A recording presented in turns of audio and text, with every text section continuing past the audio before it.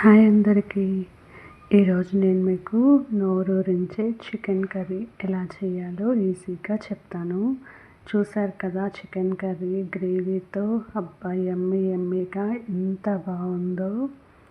మరి chicken curry ఎలా చేయాలో తెలుసుకోవాలనుకుంటున్నారా? ముందుగా ప్యాన్ పెట్టుకోవాలి, దానిలో తగినంత ఆయిల్ పోసుకోవాలి. ఇప్పుడు ముందుగా కట్ చేసి పెట్టుకున్న ఉల్లిపాయ పచ్చిమిరపకాయని వేసుకొని బాగా వేయించాలి.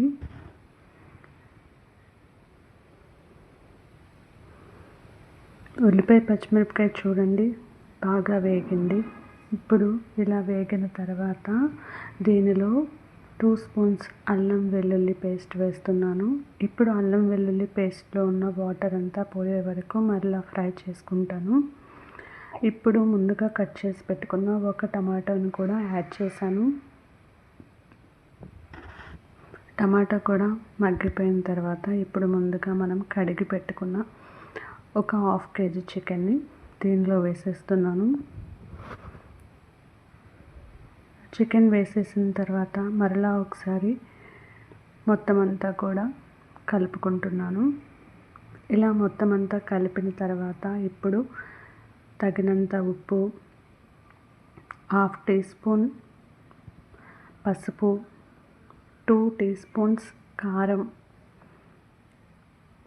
వేసి మరలా ముక్కకి ఉప్పు కారం పట్టే వరకు కలపాలి.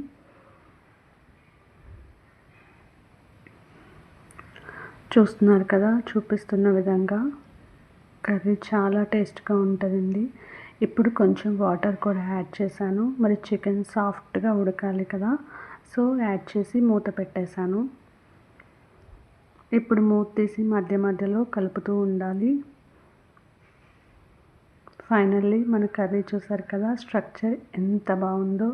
ఇప్పుడు ఒక 1/2 టీ స్పూన్ చికెన్ మసాలా వేసాను. మొత్తం కలిపేసుకొని ఫైనల్గా కొత్తిమీరతో గార్నిష్ చేసుకున్నాను. అంతే, యమ్మీ యమ్మీ చికెన్ కర్రీ రెడీ.